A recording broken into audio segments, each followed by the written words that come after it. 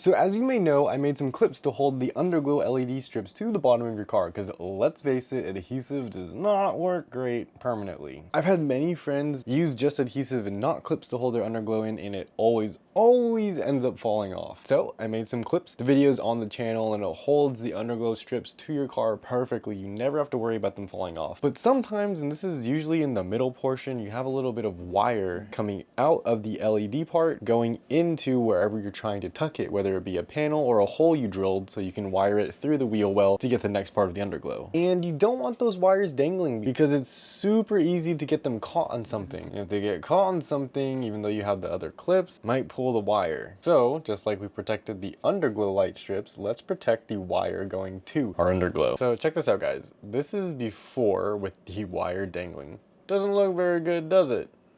Well, this is it now. These are with the clips that we 3D printed. All right, so this is what the CAD file is going to look like. We have the drawing right here. And this is pretty much just the Underglow one. You can see it's basically the same sketch. There's just a few changes I made between the two.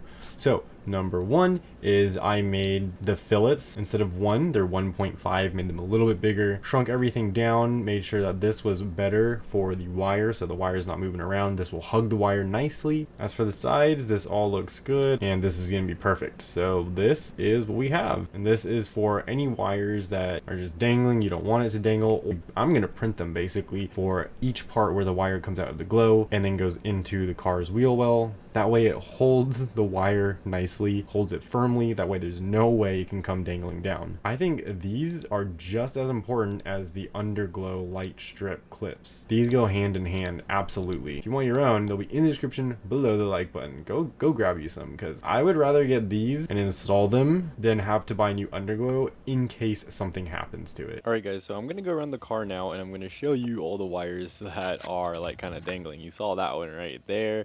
This one is tucked pretty well, but you can see it's still hanging down a little bit. I think I'm gonna put a clip just to secure it a little bit tighter.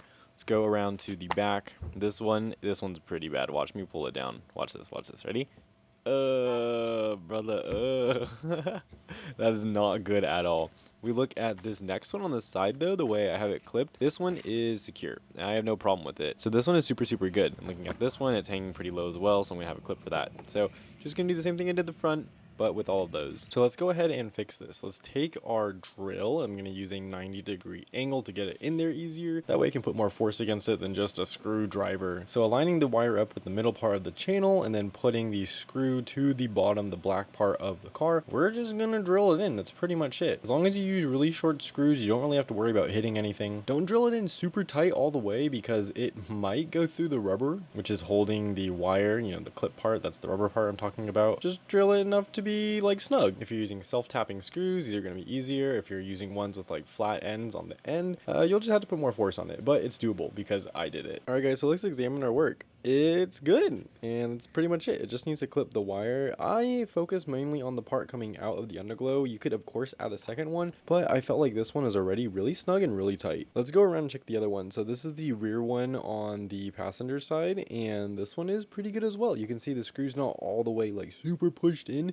but it's holding it in super tightly. No problem there. Let's check the back one. Remember where this one was really bad? You can see that it's not even clipping in really close to the hole, and it's securing it much better. And the last one, the one on the rear driver's side, so I clipped this one kind of on the side at like an angle, and yeah, this one's pretty good as well. So we are all good, guys.